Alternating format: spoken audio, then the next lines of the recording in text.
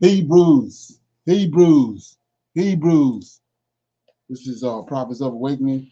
This is our non-Messianic night, non-Messianic conversation. It's the 23rd of June, 2023. Okay, we're going to be dealing with Moses, Miriam, and the Hebrew boys, the ones that was sacrificed by the Pharaoh during the time of Moses when he was a child. We're going to read that story from the book of Joshua. For those that don't know, you can go to our YouTube channel, Prophets of Awakening, and check out our videos. It's a lot of information given through these videos, and the videos will connect dots for you and lead you into the truth of the Holy Scriptures.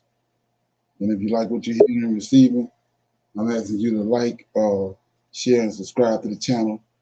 It'll be greatly appreciated.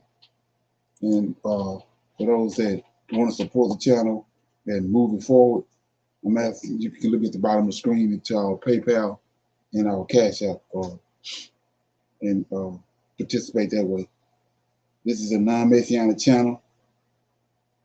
We deal with the Tanakh and the Torah, Tanakh being the Old Testament and the so-called Book of Remembrance, and the Torah is the first 5 books of the Old Testament, books of the law that were given to Moses by the Lord of hosts on the mountain.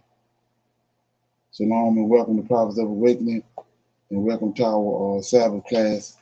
Excuse me. Welcome to our Friday night non-Messianic conversation.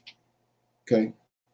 So with that being said, we're gonna do our moment of silence, Sabbath prayer at the beginning of the Shabbat, Psalms, and we'll do some current events, some need to know information, and we'll open it up for some questions and comments and dialogue, and then we'll go into the topic, which is Moses and Miriam and the Hebrew boys. Okay, so the moment of silence is for the Lord of hosts and all that he's doing to bring about our prophesied deliverance in these last days. Okay, so Lord, we come today praising thee and worshiping thee for thy might and thy power and thy great understanding. Oh Lord, the end times that you have foretold uh, unto our forefathers are upon us. Oh Lord, give us strength and wisdom to endure all that thou hast foretold. And thank you for another Shabbat. Oh Lord, because of this, there is none else besides you, O Lord, to deliver us and to redeem us in these last days. Peace be unto you. Okay. So with that being said, we read a psalm. Okay.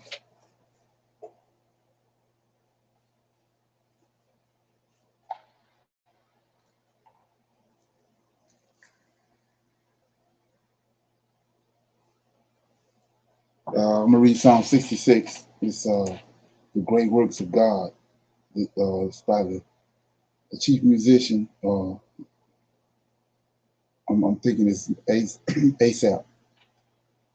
Make a joyful noise unto God, all ye lands. Sing forth the honor of his name. Make his praise glorious. Say unto God, how terrible art thou in thy work. Through the generations, excuse me. Okay. Say unto God, how terrible art thou in thy works. Through the generations, through the greatness of thy power, shall thy enemies submit themselves unto thee. All the earth shall worship thee, and shall sing unto thee. They shall sing to thy name, Selah. Come and see the works of God. He is terrible in his doings toward the children of men. He turned the sea into dry land. They went through the flood on foot. There did we rejoice in him. He ruled by his power forever. His eyes behold the nations. Let not the rebellious exalt themselves. Selah. O bless our God. O bless our God, ye people, and make the voice of his praise be heard, which holdeth our soul in life, and suffereth not our feet to be moved. For thou, O God, hast proved us. Thou hast tried us as silver is tried. Thou brought us into the net. Thou layest afflictions upon our loins. Thou hast caused men to ride over our heads. We went through the fire and through the water, but thou brought us out into a wealthy place. I will go into thy house with burnt offerings, and pay thou I will pay thee my vows, which my lips have uttered, and my mouth has spoken when I was in trouble. I will offer unto to thee burnt sacrifices of fatlings with incense of rams, and I will show bullocks, or I will offer bullocks and with goats. Selah, come and hear, all ye that fear God, and will declare what he have done for my soul. I cried unto him with my mouth, and he was extolled with my tongue. I regard If I regard iniquity in my heart, the Lord will not hear me. But verily God have heard me. He have attended to the voice of my prayer. Blessed be God, which have turned away my prayer, nor his mercy from me. Okay. Anybody have any comments on that?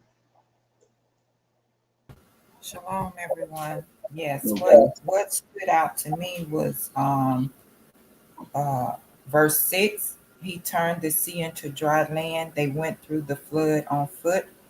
There did we rejoice in him. That reminds me of Exodus 14 and 14 and 21, crossing the Red Sea. Right, exactly. Yes, sir. Right. So let us know that's the Lord of hosts. Yes, sir. You know, and so it says in verse 9, which holdeth our soul in life and suffer our feet not to move. So to me, that tells me a lot. It's saying that everything that you're doing, where you at, where you supposed to be at. So he says whether it's good or bad. So he says right here, uh, or 9, which holdeth our soul in life and suffers not our feet to be moved. For thou, O God, has proved us. So whether you're in a good place or not, you're being tried and proved. Thou hast tried us as silver is tried. Thou brought us into the net, so a trap. So that tells me whether wherever you at, whether it's a good situation or bad, you being tried and tested. You're being brought into a net. So he says, all you gotta do is stand fast and stay steady, stand firm. So he says, for thou, God, has proved us, thou hast tried us as silver is tried, thou hast brought us into a net, thou laidest afflictions upon our loins. So affliction that's a bad place. Thou hast caused men to ride over our heads. We went through the fire and through the water, but thou brought us into a wealthy place. So through all the fire and through the water, they ended up blessed, like we was talking about last night, with corn and wine. We ended up in a wealthy place. Okay? Any comments? Okay, so with that being said, we're gonna go to current events. Okay.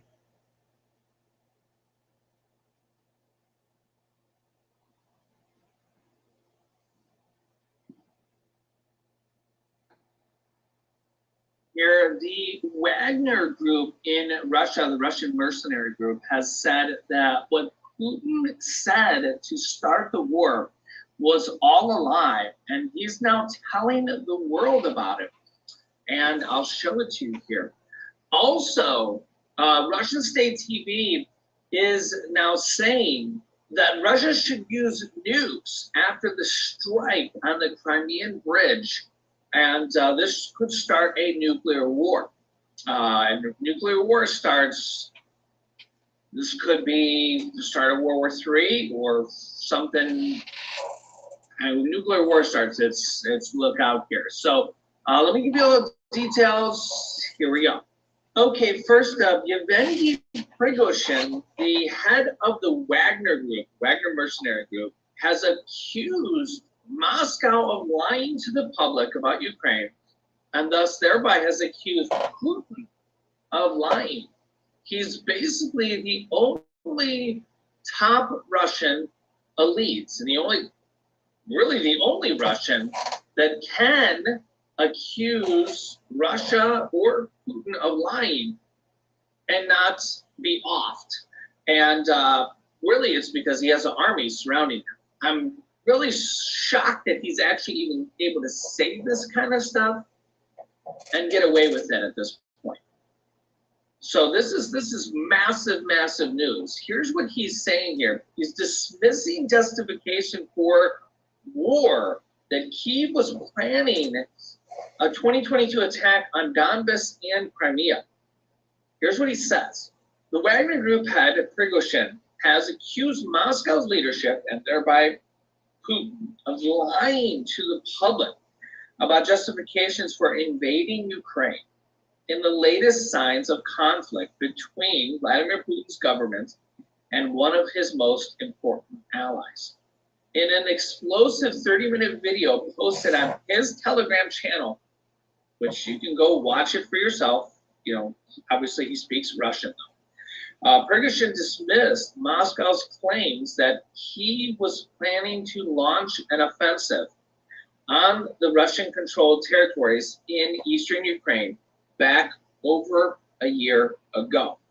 A year and 4 months, we're getting close to a year and 5 months, saying, quote, there was nothing extraordinary happening on the eve of February 24th, he said. The Ministry of Defense is trying to deceive the public and the president and spin the story that there was insane levels of aggression from the Ukrainian side and that they were going to attack us together with the whole. Don't buy another pair of glasses until you've seen.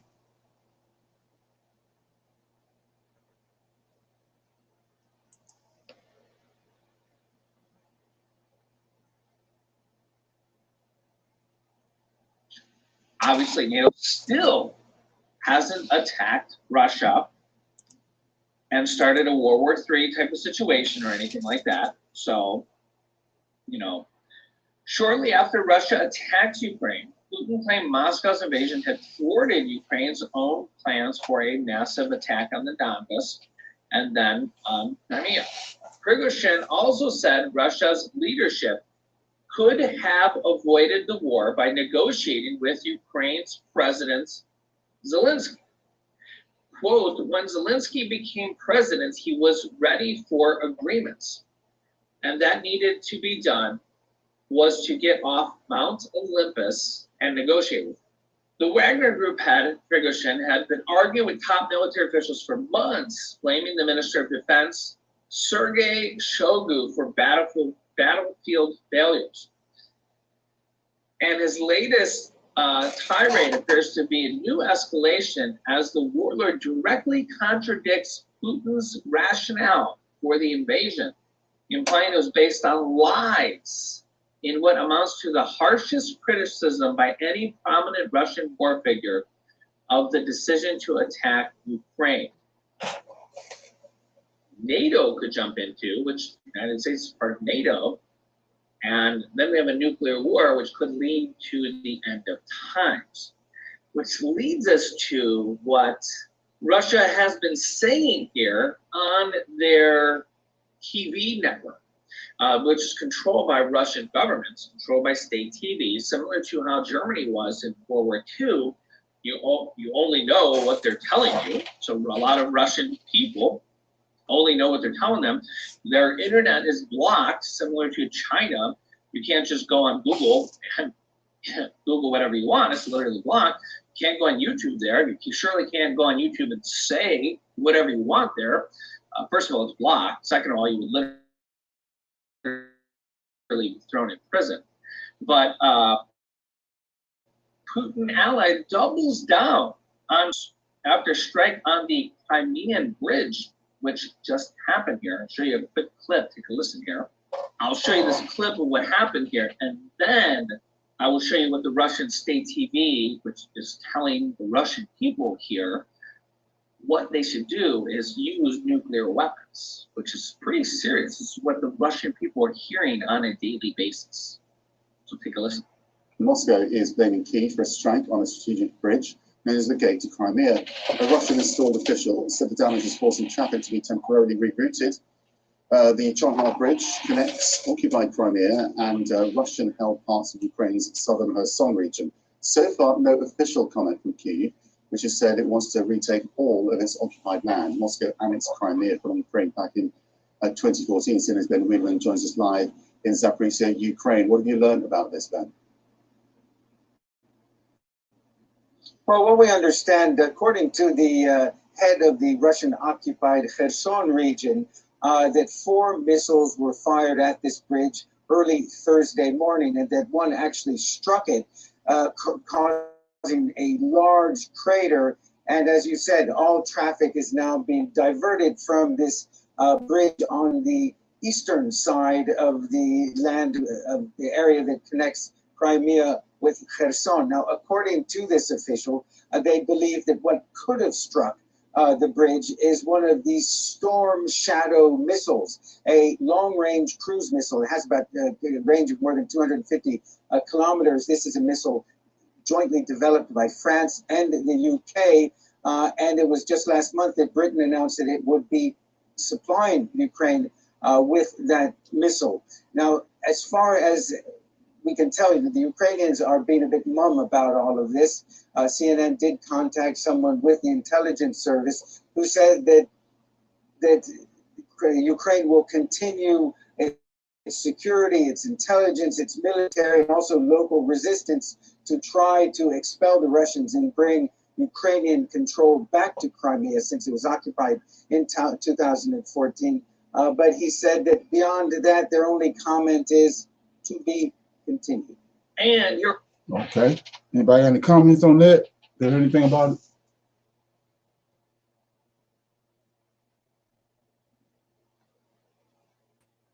No, sir. Okay, yeah, they yeah, if you understand how Esau works, it's, you know, they setting up this propaganda, they setting up. The way I see it is no different than, like I was talking about the other night. They say they bring these people on the scene. It's like they brought Napoleon on the scene, tore the whole world up. They brought Hitler on the scene and tore the whole world up. That's their way of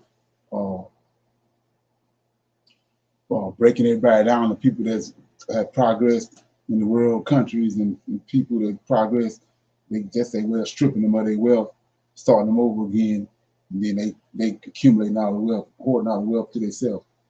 They do it through these wars. Okay, and that's what I'm looking at. Okay, so I was talking the other day about I mean, you hear me saying it over and again about how where the Indian came from, the American Indian. You know, we got this big old following movement where it's saying that the people that was here when Columbus came and America was discovered was Israelites. So we play this video. You're gonna have to probably watch it to get the full effect of it because of the actual visuals. But I'm just playing it from the vocal part of it. The people whose story is never told about their origin, or rather, the people who have never told us about their origin. But what would be the origin of the mysterious indigenous people? Or rather, what would be the origin of indigenous peoples, those called by some as Native Americans? Come with me and discover, according to the Bible, what is the origin of indigenous peoples, in another video from our series The Origin of Peoples According to the Bible. The indigenous peoples of the Americas, as well as the natives of Siberia and Russia, have their genetic origin traced to one of the descendants of Japheth, son of Noah. What would be this offspring that gave rise to the Indians? The offspring in question is the offspring of Gomer's son, Togarmah. Togarmah is the first father of the indigenous peoples, being also the father of the Asian peoples. In addition, he is the father of the indigenous peoples of the Americas and Siberia, specifically the natives of Siberia. Togarmah is the first ancestral father of the indigenous peoples, being the second, one of the tribes of the descent of Ham, father of the black peoples. But back to Togarmah, the first father of indigenous peoples. The DNA tests of the genetics of indigenous peoples pointed out and found that the primary and partially majority origin of the indigenous peoples of the Americas and Russia, in the case of Siberia, came from peoples of Asia, that is, from the descent of Tagarma. Tagarma is one of the parents of Native Americans, being mostly the father of indigenous peoples. This is not only a genetic fact of DNA, but also an evident fact in the appearance and traits of indigenous peoples. The features and appearance of indigenous peoples are characterized by pulled eyes and dark, straight hair. The eyes pulled by themselves already denote and show where the origin of indigenous peoples came from, which is an Asian origin of Tagarma descent. However, the descendants of indigenous peoples are not only descendants of Tagarma, father of Asian peoples. The dark or brown skin tone, with a light brown color, refers to the descent of one of the tribes of the Hamite peoples, that is, the Black peoples. Evidently, the mixture of the descendants of Tagarma, who have light skin and slanted eyes, with the genetics of one of the tribes of Kam, resulted in this aspect of brownish. So I caught up with an old neighbor over coffee earlier this week and found out that he lost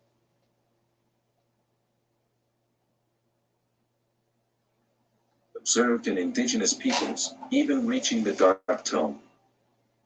Another fact to highlight is the meaning of the name Tagarma.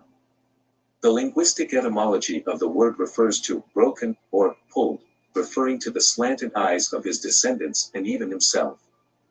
Now, who was and how to identify the second father of indigenous peoples? Undoubtedly, the second father of the indigenous peoples is Ham, as many of them have brown and dark skin tones, which refers to the Hamite descent. In other words, indigenous peoples are a mixture of Ham and Japheth, that is, of Ham and Tagarma. Brown and light brown skin tone is quite common among indigenous people. Another feature that refers to the Black Hamite origin of indigenous peoples, such as the Mayans, Aztecs, and Incas, is the evident presence of the Negroid nose in their sculptures. This trait is not only restricted to the indigenous peoples of the Americas, such as the Mayans, Aztecs, and Incas, but is also observed elsewhere and in other indigenous peoples. An extremely interesting fact is the existence, in Africa, of a people known as Khoisans. This tribe is one of the oldest on the African continent and stands out for having characteristics such as slanted eyes and a variation in skin tones, with some individuals being lighter in color compared to other Africans. This indicates a strong genetic influence coming from the Hamite tribe, revealing a connection between the indigenous and Asian peoples of Tagarma. This similarity can be observed in the native peoples of Siberia, who are very similar to Asians due to their slanted eyes, fair skin, and straight dark hair. In addition, there is another ethnic group that also shares similar characteristics with Asian peoples. This is due to the same origin of indigenous peoples and Asians. More specifically, indigenous peoples descend from the Tagarma peoples, who are also present in North America. In Native Americans, some have fair skin, while others have darker skin tones, and their facial features are a little more reminiscent of Black people. However, the hair remains dark and straight. Interestingly, in some Asian peoples of Siberia, you can even find red hair.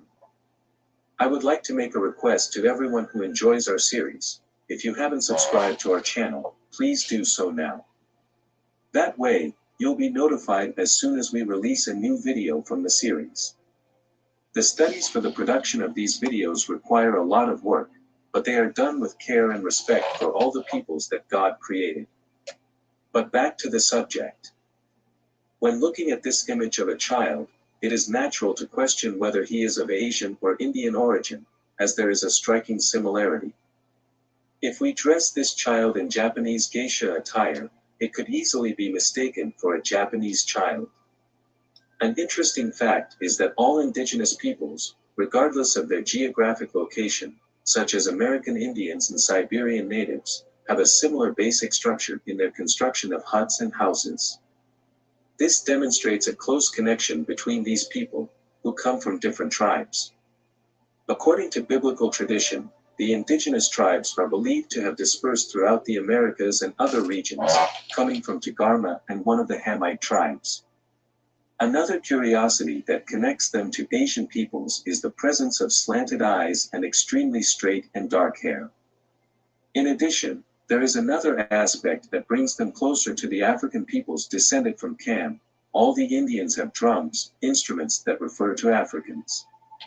Another point that connects them to the Asian descendants of Togarmah is the use of instruments such as the flute, which reveals a close and common origin to virtually all indigenous natives. The flute is an instrument very present in Asia, which has several similar instruments in other regions. Look closely at this indigenous child and note its features: hair, slanted eyes, and skin tone. Now, compare and see the similarity with this other child of Asian origin. Notice the similarities. This indigenous child could easily pass for a Filipino child, as some Asian countries have received a small Hami influence. However, in the case of indigenous peoples, their origin goes back to Japheth and Ham, more specifically to Togarmah and one of the tribes of Ham. I hope you enjoyed the video about indigenous peoples and their origin, as described in the Bible, from the book of Genesis, chapter 10. Okay. Any comments on that? Anything stand out? Are they trying to connect the Chinese with black? Or Okay. Any comments on that? Okay. Yeah, China. It's like saying that Japhet son Tamagar intermingled with Ham, a tribe out of the Hamites. That's how you get to India. Like I said, if you do the research on those Folsom people, they were people of African descent. They was already here. We know that the Africans had already been here in America. So when the Han people, they all the same Mongolian, came here, those two people got to intermingle. There was thousands of years, hundreds of years, thousands of years. And by the time the Europeans and the Spain and all of them started coming here, those people had already established themselves. They was all over the continent. But like he was saying is, what it seems like to me nobody's doing is just looking at the people features. If you look at their features, you can see exactly what he's talking about. They've been mingled people. And like I said, we don't have no Israelite got woolly hair. That's what he was known for. He separated him with circumcision and his hair, his woolly hair, like lamb's wool. That distinguished him from everybody else. So you may know Israelites. It's crazy. Yes, sir. Okay. Yes, sir. Yeah. What about the yellow? Is there a yellow race in the Bible? I mean, they speak of Deuteronomy 28:49. The Lord will bring a nation against you far away from the end of the earth, swooping down like an eagle, a nation whose language you do not understand. Is that the Chinese people? No, so go back to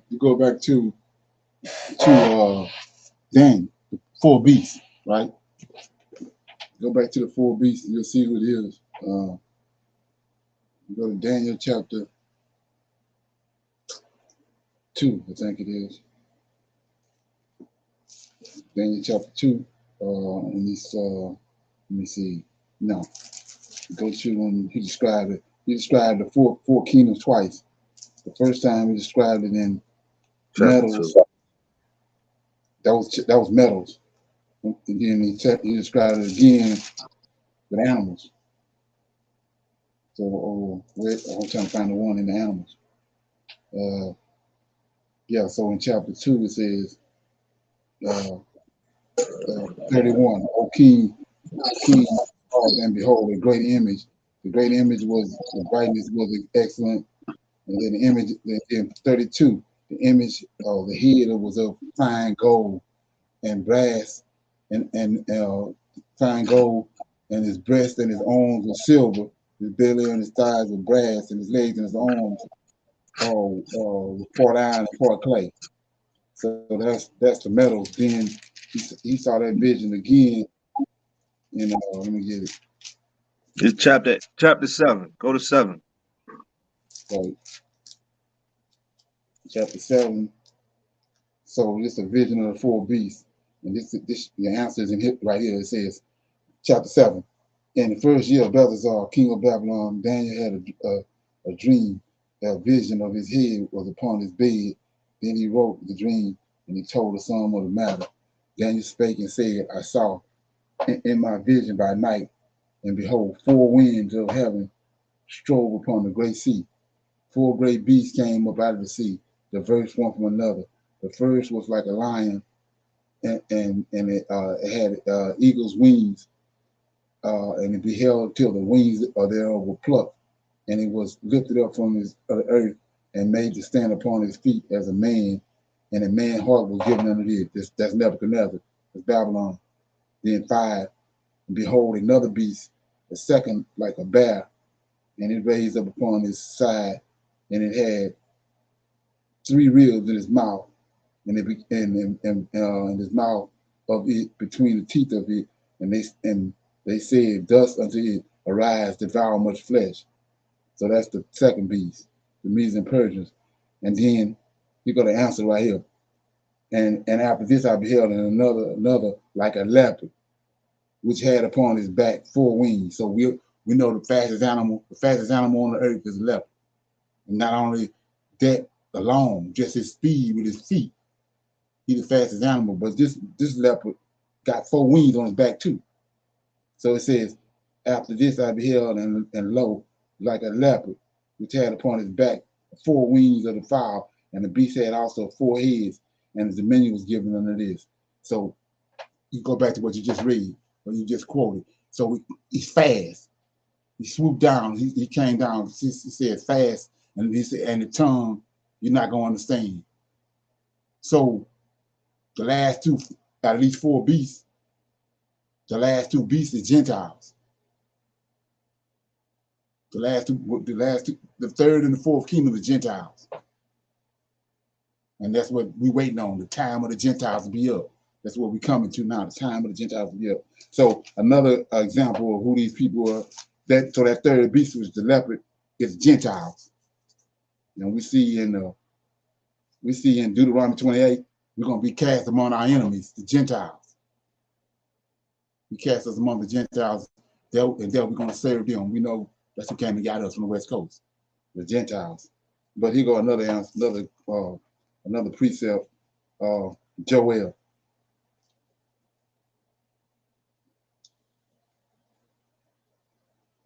Joel chapter let me get it. Chapter 3, I think it is. Yeah, chapter 3, Joel, verse 1. Behold, in those days and at that time, when I shall bring again captivity of my people Judah and Jerusalem, I will also gather all nations, bring them down into the valley of Jehoshaphat, and I will plead with them there for my people and for my heritage Israel, whom they have scattered among the nations and part of my land. And then he's going to tell you who it is. And they have cast lots for my people, and have given a boy for a harlot, and sold a girl for wine, that they may drink. So we know the triangular trade during the transatlantic slave trade was they was trading Israelite men and women, boys and girls for rum. And they had that triangular trade. It's been traded for wine. And then he tells you, verse 4, yea, and what have ye to do with me, O Tyre and Zidon, and all the coast of Palestine? Will ye render me recompense? And if ye recompense me swiftly and speedily, will I return your recompense upon your head. Because ye have taken my silver and my gold, and have carried it into your temples, my goodly pleasant things. The children of Judah and the children of Jerusalem have you sold to the Grecians. They go the third beast. That's the leopard with the 4 wings on his back. So you have sold to the Grecians. that you might remove them far from their borders. So we know this ain't the Medes and Persians, because they was whoever that did it took us far away from our borders. That's what brought us over here. That's Greeks, Yes, sir. Europeans. So that make any sense? Yes, sir, because we know at the time knew the language of the Europeans or the Europeans' language, so that would be language foreign to us. Right. Yes. Right. Then he also says that we wasn't gonna. They don't have no regard for the young and old, and we know during the transatlantic slave trade, they didn't care about the young or the old. Okay. Okay. Anybody else have anything you got to do with that? Yeah, if you could add to by the time that we came over here, there was no American language. Right. You know, so you gotta think we had like Leonard just said, the triangle. The triangle was the Spanish, the Portuguese, and the English. So that's the main languages that we were stuck with. So still to this day, you know, we got folks that's out here. I don't know how to speak, you know, Haitian Creole, you know, and so it's still perpetuating on top of the fact that by the time they got everything together, then a language was created called the Americas. So now, you know, it's supposedly derived from the English, but it's American. And this is what we know to this day. So it's a language that we never known, you know. It's a language that wasn't there, was never here, you know, especially for us that's over here on this side of the pond. Exactly. So that plays a heavy role in understanding how deep this thing was going. So you would either be dealing with a French language that you ain't know, English that you ain't know, Portuguese that you really didn't know, and then finally, when the yoke was taken off of you, you dealing with an American language that you didn't know. You know, because by now you was destroyed. You know. Right. And then not only that, they tricked out the meaning of so many words and everything. They got the word, what they saying it mean back when the prophets wrote it down, they mean what they say they mean. That's all part of like Daniel said, unto us belong a confusion of faith. And that's what we is, confusion of faith. Anybody else got any comments or questions about anything they want to talk about? Okay, yeah, I was gonna play this right here because I mean, you know, people thinking that you know, it's over with what happened in 2020, but these people aren't doing just like they did with the syphilis and all that. Those are trial runs. They come back later and use them again on you. So let's check this out. Thinking about this anymore because they're traveling freely, they're not wearing masks, et cetera, et cetera. And you know, my guest back in 2020 reminded this kind of totalitarian tiptoe where they kind of take a lot of freedoms away and then give some back. And now we're all really conditioned. If anybody said that we're in lockdown now, everyone knows the drill. And if everyone knows the QR code and they know this, so we've all been kind of conditioned to a lot of these expectations. And because of the psyops and the nudges now, still the narrative, mostly here and probably in America, and I know you were just in Europe and I'd like to talk about what happened in the parliament, but that is of, you know, the shaming going on with the unvaxxed and, you know, the gaslighting of the vaccine injured. And, you know, it pretty much still is, like you said, 75, 80% of the population of the narrative supported by the media, as you mentioned, is what was done was basically right. And, you know, when they want to do it again, most of the population will be so conditioned, even subconsciously, to snap back in line. And but I would say most people are walking around thinking that will never happen again. Good luck on that. As I recall, there was a poll in the UK about a month and a half ago that looked at how the population perceived these various government responses. And just before that poll came out, I had the pleasure of speaking with Nigel Farage in a couple of different venues, including CPAC. And then, of course, when I visited you, I visited him also. And I see Nigel as a bit of a mentor, as somebody who I can learn a lot from, given the battles that he's been through. And I always listen to what he says. He was making the case that the one clear government overreach that was undeniable was the lockdowns. And he was recommending that people, for political reasons, don't focus on the jab and the consequences and the toxicities and all that, because we can go around and around and you can pick your data, I can pick mine. But rather we should focus on the lockdowns because that was unequivocal. And then a poll came out from the UK, as you probably remember, that I think it was Nigel's comment. I'm not sure if he was the one that made the observation that based on this poll, if lockdown was a political party in the UK, it would win the next election hands down and control the parliament. The British people, as you point out, have been clearly conditioned to believe a falsehood, that the lockdown policies were safe and effective, when in fact they were enormously destructive, both of life, property, freedom, education. We can go on and on and on. They were just, and no surprise, it was well embedded in the literature previously that lockdowns were not a solution to a public health emergency that now we also see in retrospect was overplayed, that it was not. I like to say, just by, tell people, think about things. If this was Ebola, if this was a aerosol transmitted Ebola, I happen to know that there was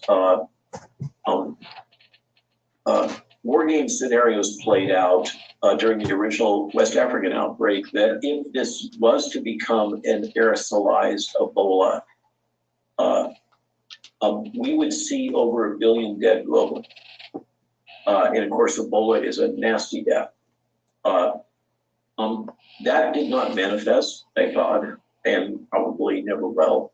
Let's hope. But for the sake of argument, the truth is that the Merck Ebola vaccine that I helped work on is a nasty piece of work. You feel like you feel pretty miserable after you take that vaccine. Joint aches, fevers, all kinds of stuff. Okay, it's a nasty vaccine. In our business, the slang is it's hot, and people would line up to take it. If we had an Ebola-like outbreak that was truly a major global health threat of the type that was promoted, that we were told that this was going to be, people dying in the streets, mass graves, freezer vans full of bodies, blah, blah, blah, blah, blah. All that stuff that we saw, that was hyped, that we now know almost all of it was propaganda. And if that had really been the case, we would not have needed mandates. Even if this is a partially effective vaccine, turns out it's not really effective for much of anything. We're down to arguing about whether or not it has any benefits for long-term sickness, and death. But the data aren't even supporting that. But you would not have had to employ these methods if you had a true major pathogenic risk. That, I think, is one of the most troubling things to me, is how they got it so wrong about the risk that we were facing and use that to justify all these policies, including the economic ones. It is hard not to go down conspiracy row. when you confront the kind of gross overreaction to the nature of the pathogenic threat. Tim is one of the best in the business, one of my favorite guests on Live and Real, and he's very, very good at predicting the future. He's showing us all to profit from it. So click the link and I hope you enjoy. The greedy bankers are about to do it again. In 2008, they crashed our financial system and nearly bankrupted the entire global economy. Then they received trillions of dollars in government bailouts. And after, they demanded fat bonuses paid for by you, the taxpayer. It turns out the banks haven't just been screwing the American taxpayers, they're also screwing over their investors. Turns out the banking industry is the worst place you could put your money, despite enormous taxpayer bailouts. Now the bankers are back to take away your financial freedom. They lie and tell you that cryptocurrency isn't safe. They try to make it illegal for you to choose how to invest your hard-earned money. They lie and say cryptocurrency is used by money launderers and criminals. But look at the record. It's the banks themselves that launder hundreds of billions of dollars every year to the biggest criminal operations in the world. Leaked documents have revealed how some UK banks have helped criminals, money launderers, and Russians under sanctions. American authorities discovered that the Sinaloa cartel moved $881 million through HSBC accounts as bank officials turned a blind eye to the illegality. The bankers lie and say cryptocurrency is not a real investment. Meanwhile, the smartest CEOs in the world are buying billions and billions of it. Okay, yeah. Any comments? So he's saying that, you know, what happened in 2020 was nothing but a trial run. We're going to have lockdowns 2.0 coming, we assume. I mean, if you pay attention to what's going on around you, you can see it. You can see it's, you know, when you're dealing with wickedness and evil, and I mean, it's not going to go away. That's like the Most High's laws, statutes. They there for a reason to snuff out evil. If we implement them, it roots out evil. But if you don't implement it, it's gonna just grow like a fungus. The prime example of that is when he sent Saul to go wipe out the Amalekites. And Saul didn't do what he told him to do. You know, he went and told him to kill everything. Anything that the Amalekites had anything to do with. Saul kept the fat animals and all that, and he kept the king and his wife. But when Saul came, Saul killed him. So that's the same way with our laws. That's the reason why we over here. We didn't execute the Most High's commandments, the statutes, and we see the state of the world in. We see the Gentile where he at. He told us what to do with the Gentile. We didn't do that. Now we see where the world at. So, like I was saying before, you think that 2020 was evil. They just get started. Okay? Everything they do is for a greater evil. And notice at the end of that, they told you it was the bankers. Okay? Any comments on that?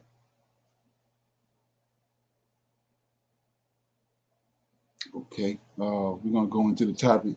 It's I was dealing with the story of Moses and Miriam and the decree that went out by the Pharaoh to kill all the boys that was 2 years old. So what I'm doing is we know the story from King James version of it. So I was going and reading it from Jasher, from another perspective. And you got a lot of gaps that's being filled in from the book of Joshua. I'm in Joshua chapter 68. Okay, so it says, and it was at that time the Spirit of God was upon Miriam, daughter of Aaron, the sister of Aaron. And she went forth and prophesied about the house, saying, Behold, a son will be born unto us from my father and my mother this time, and he will save Israel from the hands of Egypt. And when Abram heard the words of his daughter, he went and took his wife back to the house after he had driven her away at the time when the Pharaoh ordered every child of the house of Jacob to be thrown into the water. So Aram took Jezebel, his wife, 3 years after he had driven her away, and he came to her, and she conceived. And at the end of 7 months from her conception, she brought forth a son, and the whole house was filled with great light, as the light of the sun and the moon at the time of their shining. Okay, I'm gonna read that again. So it says, and at the end of 7 months from her conception, she brought forth a son, and the whole house was filled with great light, as for the light of the sun and the moon at the time of their shining. Do that ring a bell for anybody? Reading that so-called precept? Yes, sir. What it reminds you of? It rang a bell of their saying, when JC was born, the shining light, the star, they followed him Okay. to there. But And her child was 7 months old. I mean, she had her child early. Right. It took 9 months and she had it 7 months. Right. So if you go to I think it's Book of Enoch. They said when Moses was born. I don't know if anybody remember that. Noah was born. Said his eyes shined and lit up the room. You remember that? Yes, and his father left out saying that it was not his child. So he was white as snow, right? He was white as snow, and his eyes shined, lit up the room, right? Yes, sir. Okay, so then go to what? Let's read it. I don't want to get this going. I don't want to not go to these precepts. So we go to Genesis. We go to Genesis when Cain was born. It says,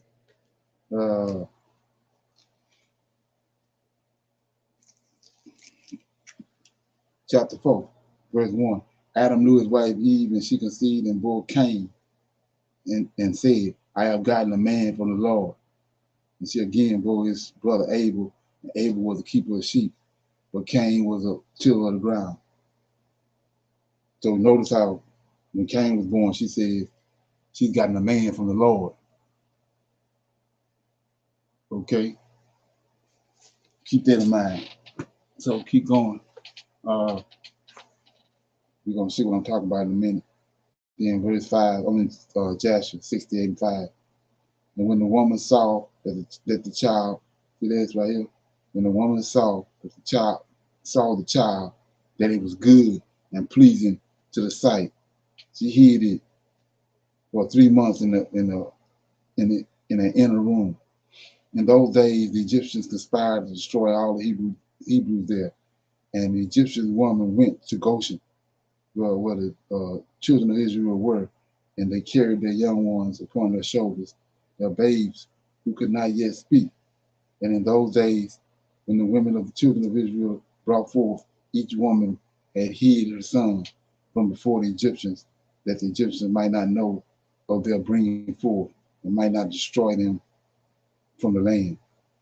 And the Egyptian women came to Goshen, and their children who could not speak were upon their shoulders. And when the Egyptian women came into the house of a Hebrew woman, a babe began to cry. And when he cried, the child that was in the inner room answered it. So the Egyptian women went and told it to the house of Pharaoh. And the Pharaoh sent his officers to take the children and slay them. Thus did the Egyptians to the Hebrew women all the days. And it was at that time, about 3 months from Jochebed's concealment of her son, that the thing was known to the Pharaoh's house. And the women hastened to take away her son before the officers came. And she took for him an ark of bulrushes and daubed it with slime and with pitch, and put the child therein, and she laid it in the flags by the river's brink. And his mother Miriam and his sister Miriam stood afar off to know what would be done and what would become of her words. And God sent forth at that time a terrible heat in the land of Egypt, which burned up the flesh of men like the sun in his circuit, and it greatly oppressed the Egyptians. And all Egyptians went down to bathe in the river on account of the consuming heat, which burned up their flesh. So let's look at that right quick. Because I just read. Let me go back. I just read Psalms, right? Get that right quick. So I was reading in Psalms. I think it was. Let me see. Yeah, Psalm 66. And it says, I was reading how it says,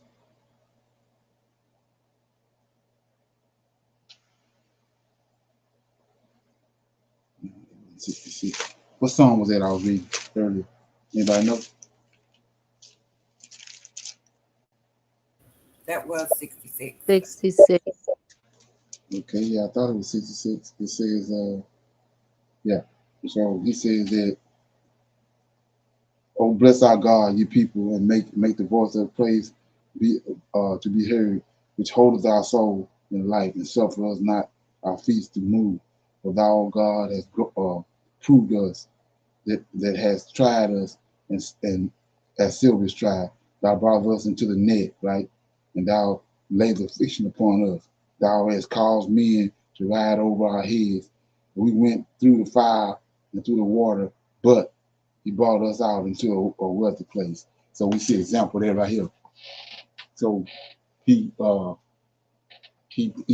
had Moses' mother to put him make a basket for him out of bulrush, put it in the water, and to protect Moses, he brought a heat, brought severe heat, forced the Egyptians down to the water, forced the Pharaoh's daughter down to the water to rescue. And she came. He brought her to the water in order for her to come in contact with Moses. Let me read that again. So it says 14, 68 and 14 of Jasher, and 15, and God sent forth at that time a terrible heat in the land of Egypt, which burned up the flesh of men like a sun is in its circuit, and it greatly oppressed the Egyptians. And all the Egyptians went down to bathe at the river. So he forced them down to the river because he got Moses down there in the bulrush. So he forced them down to the river on account of consuming heat, which burned up their flesh. And Bathema, the daughter of the Pharaoh, went also to bathe in the river, owing to the consuming heat. And her maiden walked at the riverside, and all the women of Egypt as well. And Betha lifted up her eyes to the river, and she saw the ark upon the water. And he sent her, and sent her a maid to fetch it. And she opened it and saw the child, and behold, the babe wept. And she had compassion on him. And she said, this is one of the Hebrew children. And all the women of Egypt walking on the riverside desired to give him suck. But he would not suck, for this thing was from the Lord, in order to restore him to his mother's breast. So you see that? See what I'm saying right here? So how did we get to after all this right here, how did we get to we building the golden calf? You see that? This is Yeah. It's overwhelming, man. It's overwhelming. He says, You know that that the interesting, like, so was there anything around him that let her know that that was a Hebrew baby?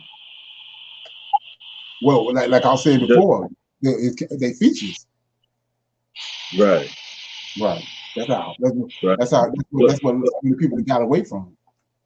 Right. We all black, right? Right. You see what I'm saying? So she looked at a baby and immediately knew, oh, this is a Hebrew baby. Right. Exactly. His complexion, his hair, and everything. Yeah. It says 19, and she opened it and saw the child, and behold, the babe wept. And she, but notice, one more thing I wanted to shine light on says, this supernatural. People reading over it said, it says 17. After the daughter of the Pharaoh went also the babe in the river, owing to the consuming heat, and her maidens walked at the riverside, and all the women of Egypt as well. So all the women of Egypt, Egyptian women, and the Pharaoh's sister, daughter. And Betha lifted up her eyes to the river and saw the ark upon the waters, and sent her maids to fetch it, right? So when they went and got it, right? And she opened it up and saw the child, and behold, the babe wept. Now here you go. And she had compassion on him, and she said, this is one of the Hebrew children. And all the women, look at this, it's supernatural. All the women of Egypt walking on the riverside desired to give him suck. So all of them want to give him some milk. Come on. All of them desire to give him suck, but he would not suck. So Moses didn't want none of the milk from none of them. Come on. And for this thing was from the Lord, in order to restore him to his mother's breast. So he didn't want to get sucked from none of them, even though all of them desired to give him suck. If Most High put a spirit on them, all of them want to feed him, but he refused it. Hold on, Leonard. Can you hear me? Yeah. So a decree was put out that all Hebrew boys were supposed to be killed. Exactly. But all of these that were handmaidens to the daughter that went down to the river all wanted to give him suck. Right. Wow. Ain't that something? Against the orders of the Pharaoh. Shalom. Is it that because all the babies were gone and they were able to breast because their children had been killed? And so that's why they had milk in their breast? Because if they didn't have milk in their breast, how could they think that the baby would get milk from them? So their children had to be killed. These were Egyptian women. Remember, so read you gotta read it again then. Read it. Yeah, I said, and Betha, the daughter of Pharaoh, went also to bathe in the river, owing to consuming heat, and maidens walked at the riverside, and all the women of Egypt as well. And Betha lifted up her eyes to the river, and she saw the ark upon the waters, and she sent her maid to fetch it, and she opened it and saw the child, and behold, the babe wept, and she had compassion on him, and she said, this is one of the Hebrew children. And all the women of Egypt walking on the riverside desired to give him suck, but he would not suck. For this thing was from the Lord, in order to restore him to his mother's breast. You see it now, Cheryl? Oh, yes, see it now. Yeah, yes. And another thing, you got to go all the way back to, like I was saying, in the garden, when he said that he put Adam to sleep, and then he made woman, he made a helpmeet. So this the very being, a very God that created the woman. So when you understand what their role is, helpmeets, he put that desire in them. It don't matter if they had breast milk or not. It tells you he put a desire in all of them to give Moses suck. That's what's going on. They being that way he created, he put in them what he created. He the one created them. So all the women around there, he made them he put a desire in them to give Moses up. That's how you got to read that. And then Moses turned around and refused it. He ain't nothing but a little baby. And so what it's telling you right here, all he wanted was his mama milk. He didn't want that. And so you say, what are you talking about? Well, we see on the plantation, them babies, they had little white babies being breastfed by black women. So it ain't about the baby just wants their mama milk. No, he got in him he want milk. So he don't give a damn where it's coming from. Whoever come up there, he gonna get the milk. But Moses refused it. All he wanted was his mother. So let's look at what it says. And all the women of Egypt walking on the riverside desired to give him suck, but he would not suck. See that? For this thing was from the Lord. So the Lord behind it. So it ain't just no regular everyday happening. It's supernatural. So he made all the women on all the Egyptian women. These ain't Hebrew women. All the Egyptian women wanted to breastfeed him. They felt a desire in there. It was a desire put in them to breastfeed him. Whether they had milk or not. They had milk or not. You go back to what they was created for. None of the Egyptian men ain't want to breastfeed him. Okay. So at the end time, that's the main part, because that's what he did. He cried out, right? Right. He cried. So the immediate thing to do, there was no pacifiers in that day. Right. So what you do? You put the teat in the mouth, right. To pacify the child. And he refused. He refused it. Babies don't do that. That's something. Shalom. That's big right there. Oh yeah, it's big. So he refused it, and all because of the Most High have compassion for Jochebed. He won't, she, you know what I'm saying? She loved her son. He wanted Moses to be with his mother, and he wanted his mother to be with him. So he got Moses. Moses don't want no suck from him. So now they trying to find somebody that he gon' suck or get milk from. And that's how Moses' mama came on the scene. Shalom.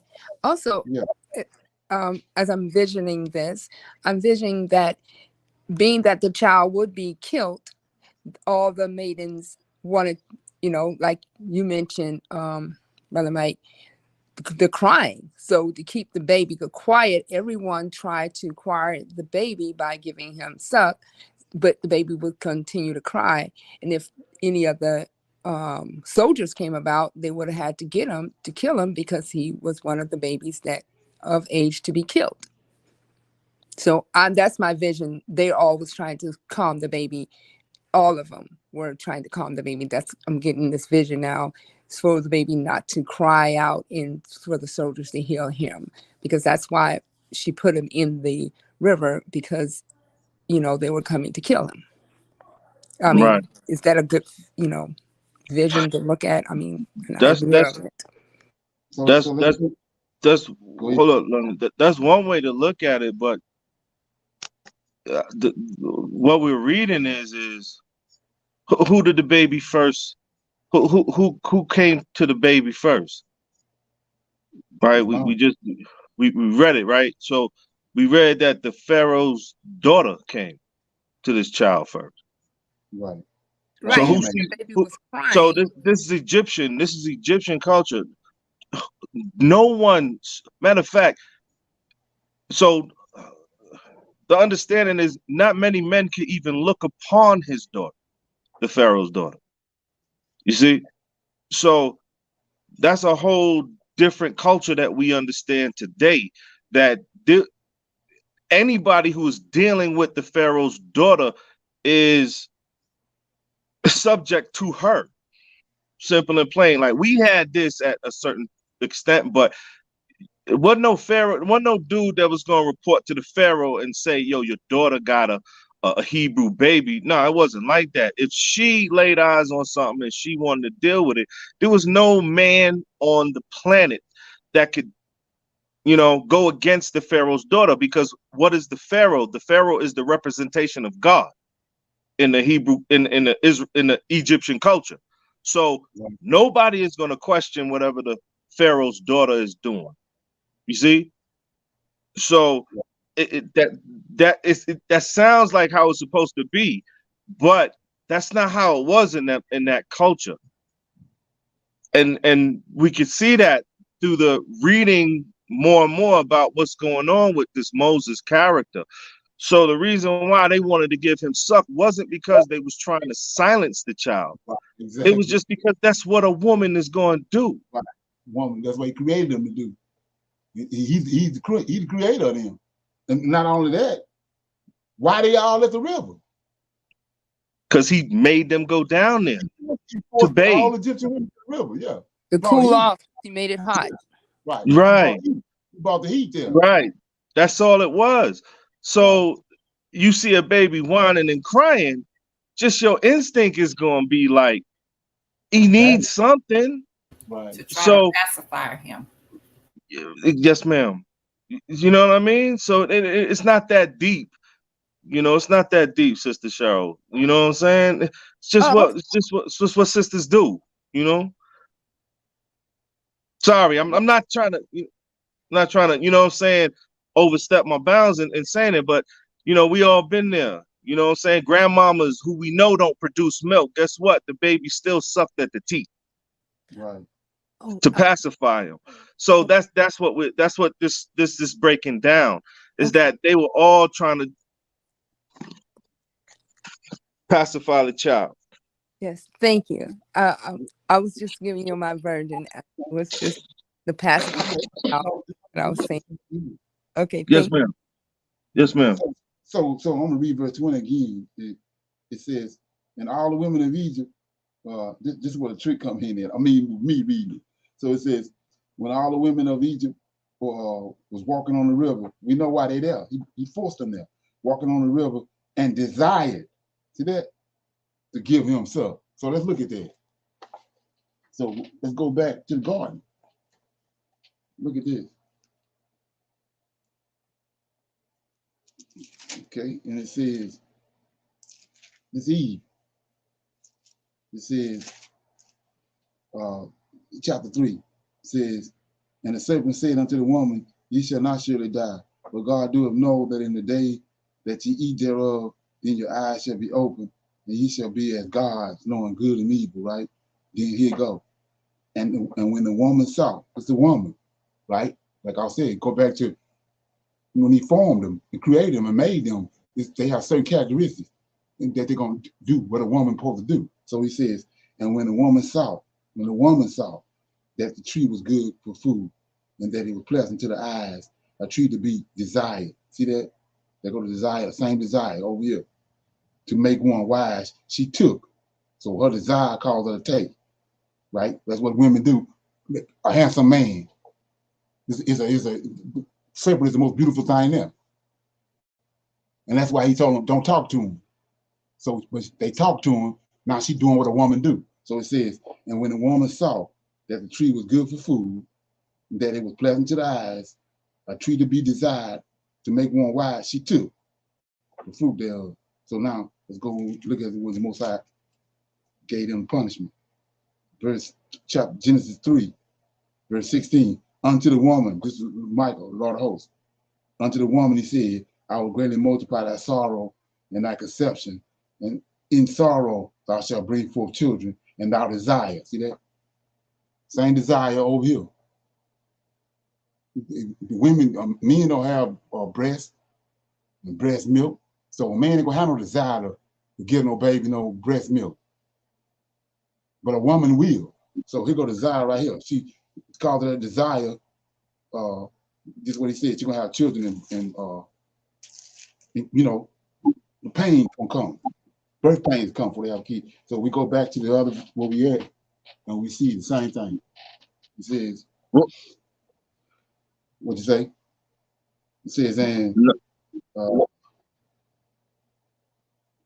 20, and all the women of Egypt walking on the side, all the women walking on the riverside, desire is what they do.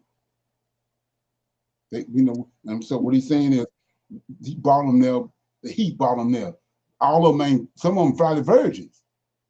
Some of them probably have kids, some of them don't, but what the desire that he put on them was to breastfeed Moses. See that? Right. What was the chapter verse before she put him in the basket? I don't got my book. Hold up. Oh, yeah. You just read it though. That's you just. Oh, okay. You talking about before his mama, when his mama put him in the basket, and when the mother looked on the child to decide to put him in the basket, what did she see? That's what I'm saying. 13, and the woman hastened and took away her son before the officers came, and she took him, and she took for him an ark of bulrushes and daubed it with slime and pitch, and put the child therein, and she laid it in the flags by the river bank. And before that, it says, and it was at that time about 6 months from Jacob's concealment of her son that the thing was known to the Pharaoh's house. I could have sworn you read that she looked at the child and seen that he was desirable or something like that. I gotta open it up. Okay. No, that's the Pharaoh's daughter. That was verse 20. 17, and okay. Pharaoh went also to the babe in the river, owing to the consuming heat, and her maidens walked around the riverside, and all the women of Egypt as well. And Bathsheba lifted up her eyes to the river, and she saw the ark upon the water, and sent her maid to fetch it. That's what you're talking about? Yeah, I was off. Here you go right here, 19. This is the Pharaoh's daughter, and she opened it and saw the child, and behold, the babe wept. And she had compassion on him, and she said, "This is one of so it's the Pharaoh's daughter had compassion." Pharaoh's daughter looked at the kid, looked at Moses. Okay. You had anything? Okay. It said 21. And Miriam, his sister, was at that time among the Egyptian women at the riverside, and she saw this thing, and she said to the Pharaoh's daughter, "Shall I go and fetch a nurse of the Hebrew women, that she may nurse the child for thee?" And the Pharaoh's daughter said to her, "Go." And the young woman went and called the child's mother.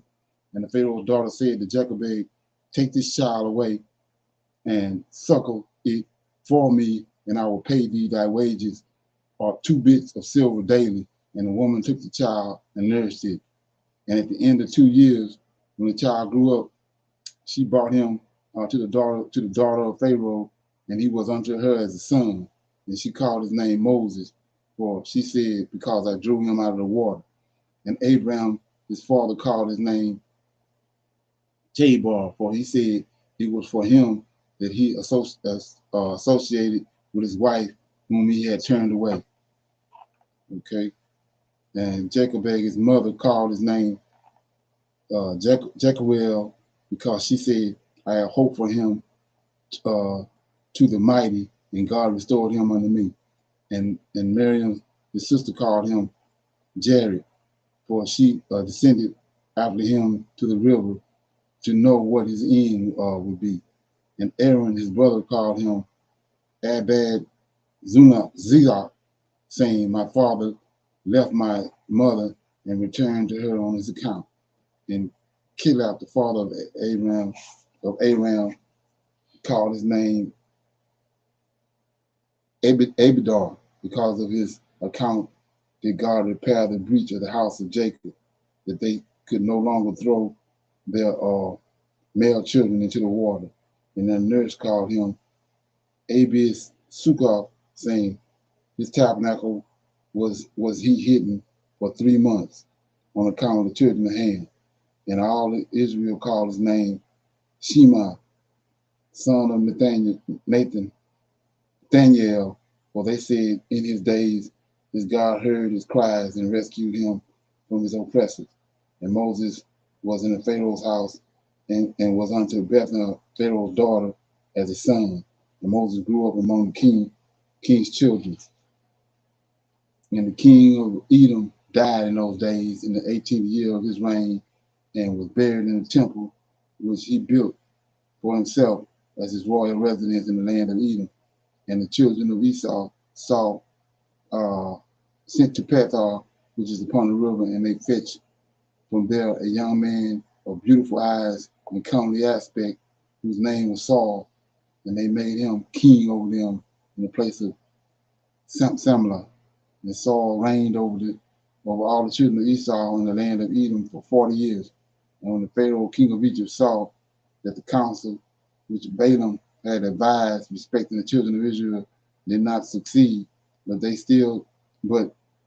still they were fruitful and multiplied and increased throughout the land of Egypt. Then the Pharaoh commanded in those days that a proclamation should be issued throughout all of Egypt to the children of Israel, saying, no man shall diminish anything of his daily labor. And the man who shall be found deficient in labor, which he performed daily, whether in mortar or in bricks, then his youngest son shall be put in their place. And the labor of Egypt strengthened upon the children of Israel in those days. And behold, if one brick was deficient in any man's daily labor, the Egyptian took his youngest boy by force from his mother and put him into the building in the place of the brick which his father had left wanting. And the men of Egypt did so to all the children of Israel day by day, all the days for a long period. But the tribe of Levi did not at that time work with the Israelites, their brethren, from the beginning. For the children of Levi knew the cunning of the Egyptians, which they exercised at first toward the Israelites. So that was let me see what happened out here. Okay. Yeah. So that was chapter 69. Anybody have any comments so far? Something they want to interject? Yeah, I found what I was looking. So go back to 68 and 4. Okay. Is it 4? Yeah, 4. It was like, so this is what I was talking about. It says, at the end of the 7 months from her conception, she brought forth a son, and the whole house was filled with the great light, as of the light of the sun and the moon at that time to shine. And so 5. So it was like, and when the woman saw the child, that it was good and pleasing to the sight. That's what I was looking for. Okay. So that's what caused those Egyptian women to have desire to give him suck. Right. Okay. So you can take that to Joseph too. All right. Definitely. No, I'm just saying, all right, but that's what I mean. So you know what I'm saying? This is how they piece these things up together. So we read it right there. The mother saw that the child was pleasing unto the sight. So when he went in the basket down the river, then now here comes the desire of what was pleasing. That's so I knew it was in there still somewhere where, you know, the understanding that the child was pleasing to the sight, pleasing to the eyes, so that his mother saw it. So when the child went down in the basket and these women wanted to give it suck, it's a reason for that, you know. Right. Okay. Anybody else? Okay, so I'm gonna read chapter 70. It says, in the 3rd year from the birth of Moses, Pharaoh was sitting at a banquet when Alpana, the queen, was sitting at his right hand and Bethma at his left. And the lad Moses was lying upon her bosom. And Balaam, the son of Peor, with his 2 sons, and all the princes of the kingdom were sitting at the table in the king's presence. And the lad stretched forth his hand upon the king's head, took the crown from the king's head, and placed it on his own head. And when the king and the princess saw the work which the boy had done, the king and the princess were terrified, and one man of his neighbor expressed astonishment. And the king said unto the princes who were before him at the table, what speak you, and what say you, O ye princes, in this matter, and what is to be the judgment against the boy on account of this act? So, like I was saying before, this ain't no normal stuff. This kid don't normally do this. So go back to what I said about the suck. We had all these women desire to get him suck, but he didn't want suck from them. That ain't normal. That's supernatural. He didn't want suck. When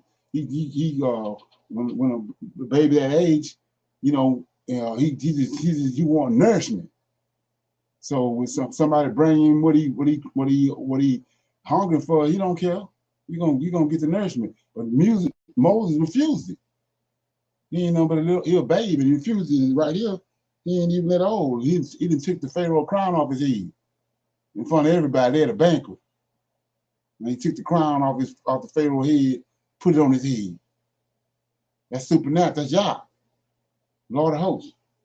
So just like when he refused to get the suck, he said, because it's from the Lord. So verse 5, and Balaam the son of Beor and the musicians answered before the king and the princes and said, remember now, O my Lord and King, the dream which thou didst dream many days since, and that which the servants interpreted unto thee. Now therefore, this is a child from the Hebrew children, in whom is the Spirit of God. And let not my Lord the King imagine that this youngster, there you go right here, imagine that this youngster did this thing without knowledge. See that? That's what I'm talking about. So go back to about what we're talking about. It says, now, therefore, this is a child from the Hebrew Israelites, right? And then why? How you know that? Whom the Spirit of God is in him. See that? Okay. There's another reason I identified it. So say that about, remember what Nebuchadnezzar said about Daniel. The Spirit of God is in him. The Spirit of the gods. These 7 gods, 7 angels. He said the Spirit of the gods is in him.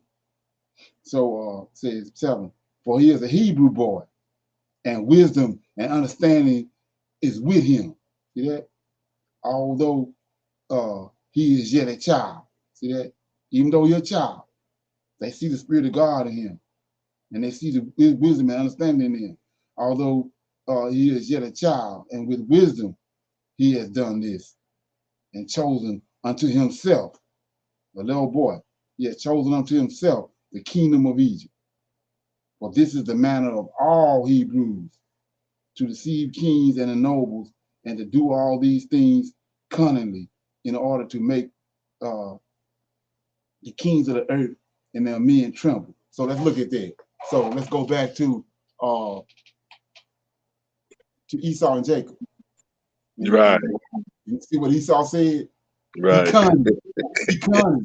You said no. These angels telling them what to do. And like he said, like the Lord of hosts said, that's how you can identify who he is. He said, right. Who else told you things before they happen? Hello. Ye are my witness. He said, ain't nobody else telling Negroes nothing before they happen. So they don't understand that. So they say he cunning. See what I'm saying? You see that? Right. That's where they get that cunning from. Right. That's where they get it from. Right. That's where they get usurper from. Right. Right. Yeah. So go back to Elijah. Remember when he was sending word to Elijah that they coming to get you. Don't stay here. Go somewhere else. So the king turned around and questioned his meaning and said that he had a knock among him. He was telling Elijah everything, but it was these angels. Right. I'm saying they cunning. Say they cunning and usurpers. Okay, yeah. So chapter 7 and verse 8 says, and this is the manner of all Hebrews, to deceive kings, see that? And their nobles, and to do all these things cunningly, in order to make the kings of the earth and their men tremble. See that? Surely thou knowest that Abraham, their father, acted thus. Who deceived the armies of Nimrod. Hold on. Leonard. Say that. Read that shit again. Read it again. Abraham, what? It says, surely thou knowest that Abraham, their father, acted thus, who deceived the armies of Nimrod, king of Babylon, and Amalek, king of Gerar, and that he possessed him of the land of the children of Heth and of all the kingdoms of Canaan. Wow. That's the Lord of hosts, bro. Wow. Like that song? So this is what I'm saying. So look at how wise they are about who we are. Exactly. Right. And at the end, at the same time, they telling us, according to their wisdom, according to their laws, pay attention, y'all, because they doing that to us in this very present day. According to their laws, in their understanding, we are cunning, we are wicked, we are usurpers, we are out of pocket. Okay? This is why they shoot us down in the streets. Is with that same understanding that we just read right now. Because we're something that is outside of the norm of how they operate. Exactly. So now we're cunning, we're slick, we're snake-like. This is how they want us to perceive this understanding about how our people get down. Right. And so go to the transatlantic slave trade. When they see that, they know that our God was in us. They can see this. So guess what? They changed our names on the way over here. Why? So that when the people got over here, they won't be saying the same thing these people saying. Oh, they got the spirit of God in them. They got they're looking at their counters, they features. That's the man of God. So they changed the name. Right. So it's no longer you a man of God, you a man of the devil. You're a wicked spirit. Right. You out of pocket. You ain't obliging the laws that we done instituted for you to follow. So you're going against it now. So you're the wrong. Right. You guys are wrong. Right. And they changed that through deception.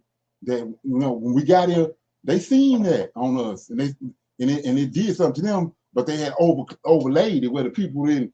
Look what it's saying. Hey, for this is the manner of all the Hebrews to see kings and nobles. So the reason why is this: to do all these things cunningly in order to make the kings of the earth and their men to tremble. So the people, they saw there you go. See what I'm saying? But that fear didn't come because they didn't hoodwinked it who he was. But if they wouldn't have did that, fear and trembling came on the people here when we got here. Hey, but Leonard, let me ask you: is the fear here now on them folk though? Oh yeah, that's the reason why we get killed, and why they won't let us out their sight. And all these laws, all the laws they got, from prisons, the prison system, they can't back off. Because the minute they back off, you see what he doing with Moses. This is just one man. Right. Okay? So they got to continue to dumb it down. Right. They got to continue to dumb us down. That's the only thing they can do is try to uplift their policies and programs and continue to dumb what we understand down. Right. Get the masses to buy into it. Because yes, sir. They can't it ain't nothing to do with the remnant that he called. See, they can't do nothing with them, but the masses. They can keep the masses dumbed down. Because all they're gonna say to that remnant is they nut buckets and conspiracy. Exactly. See what I'm That's saying? what I've been stressing. I've been stressing this for the longest. They're not concerned with they're not concerned, according to our understanding now. I go to Prophets Awakening, what's it like 500 something people subscribe. So I will give us the benefit of the doubt and say maybe, I don't know, 200,000. But what is that concerning the 300 million plus that they're looking to control? And it comes to our culture or our people in this country that they say what is 200,000 to 20 million? It's nothing. You see what I'm saying? Exactly. Right. Shalom. Go ahead. Yes.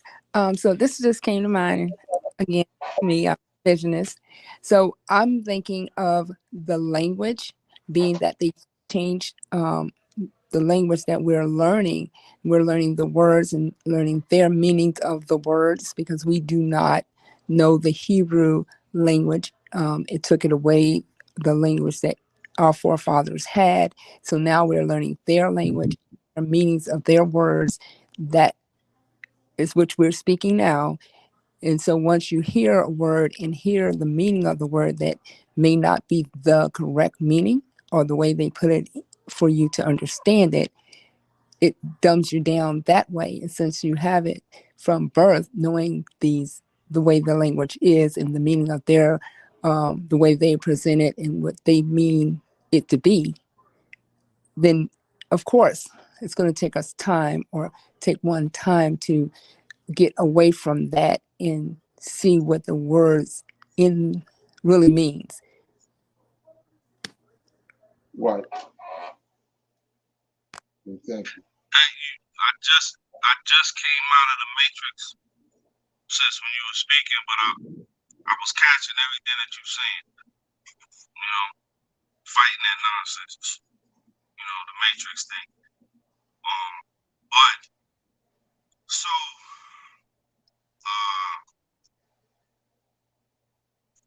God said He gonna turn His back on us and see what our outcome is, right?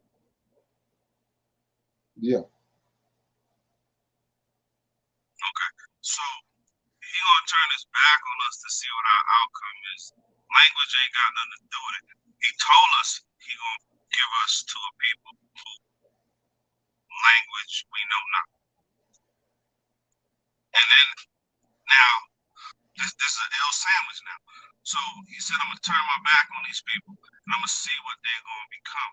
Right? On top of that, He says, I'm going to put you in a nation of people whose language you know not. And then on top of that, He said, I'm going to pour my spirit out on all flesh. That's a hell of a thing to break down. You got to break all three of these things down. Right. So this mathematical problems, this is a crazy mathematical problem you got to break. So now I'm going to turn my back on these folks. That's number one. Number two, I'm going to bring a people on them whose language they know not. Mind you, He's still trying to see our outcome. And then on top of it, He said, now I'm going to pour my spirit out on all flesh. So what are we supposed to concern ourselves with? The language, the fact that He turned His back on us, the fact that all His spirit is poured out on all flesh. We got to start. We got to start moving faster. We got to get on His timeline.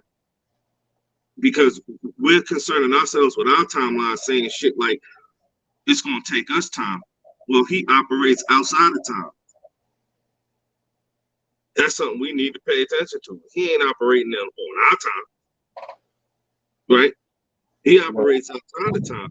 He operates in the pineal gland. He operates in consciousness, and that's quantum physics. If you think about it, that ain't got nothing to do with a year or a 2 year or no.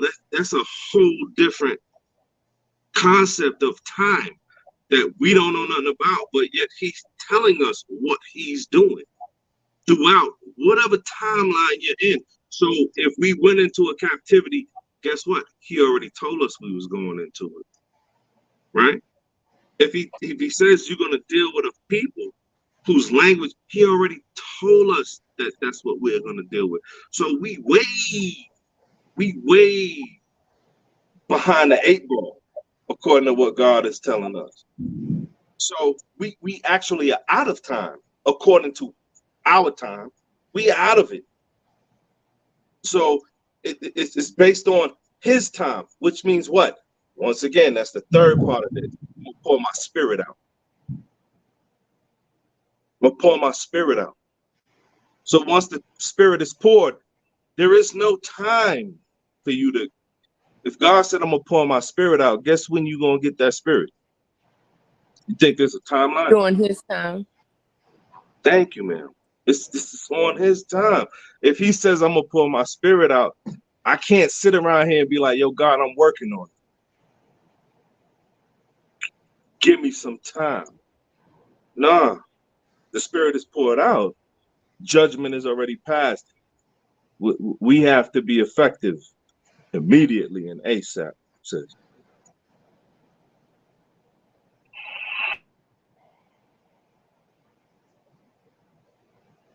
Okay, anybody else got any comments on that?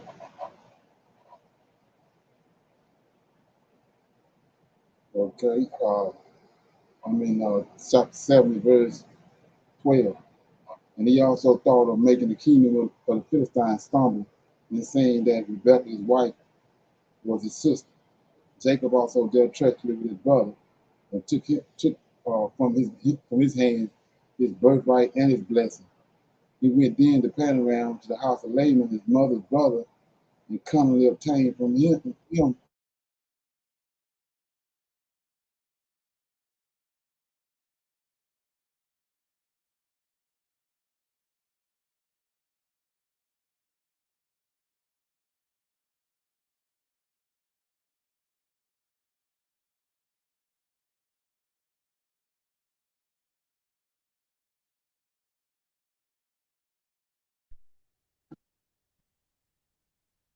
Lenny, you good? Hello? Can anybody hear me? Can you hear me, Brother Mike? Yes, sis, I can hear you, man. Okay. We just had bad weather hit us, so I don't know if he lost he lost connection. We just got a bad storm hit us here. Yeah, one of them man-made joints. Oh yeah. Yeah, just Yeah, came out of the blue. yeah, man. Yeah, they're gonna stay hitting us with these things, especially now. Especially now. They got no choice but to keep us in this paradigm that they created. And they know what's coming. They know what's coming to them. That's why they gotta stay doing that.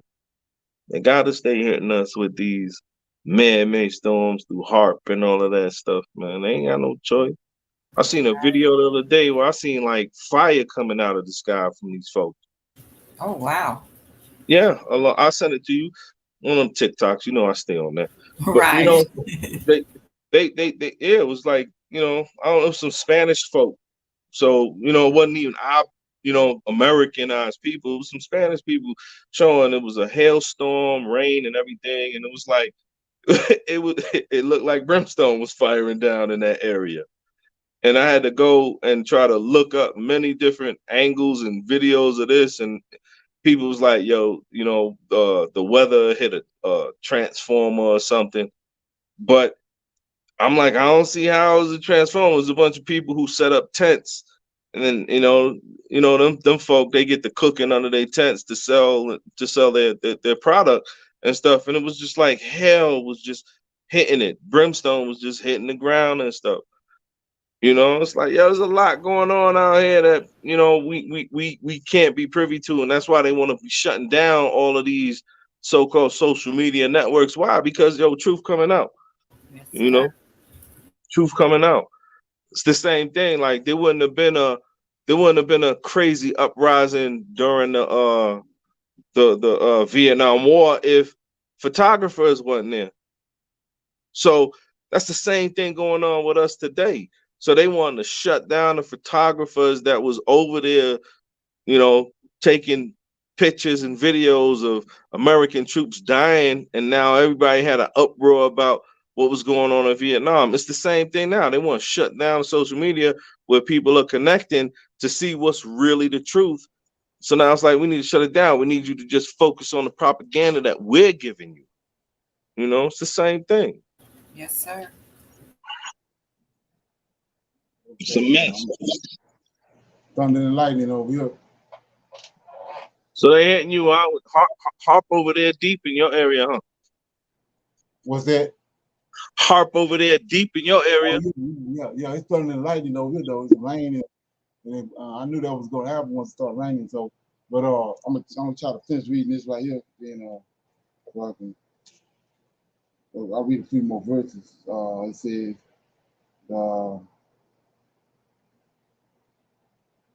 yeah, I was reading verse 20 where it says, no, not verse 20. It says 15. Let's see where it says.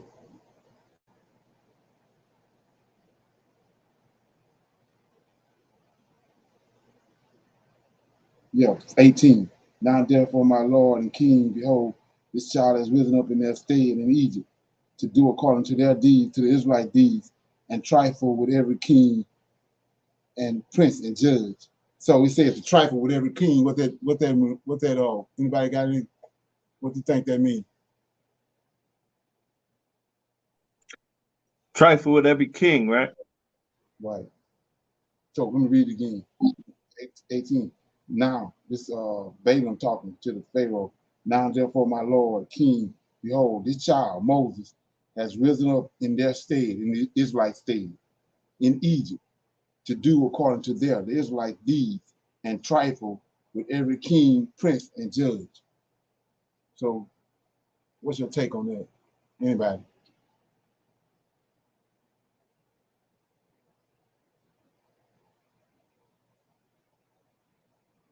What did Jacob do?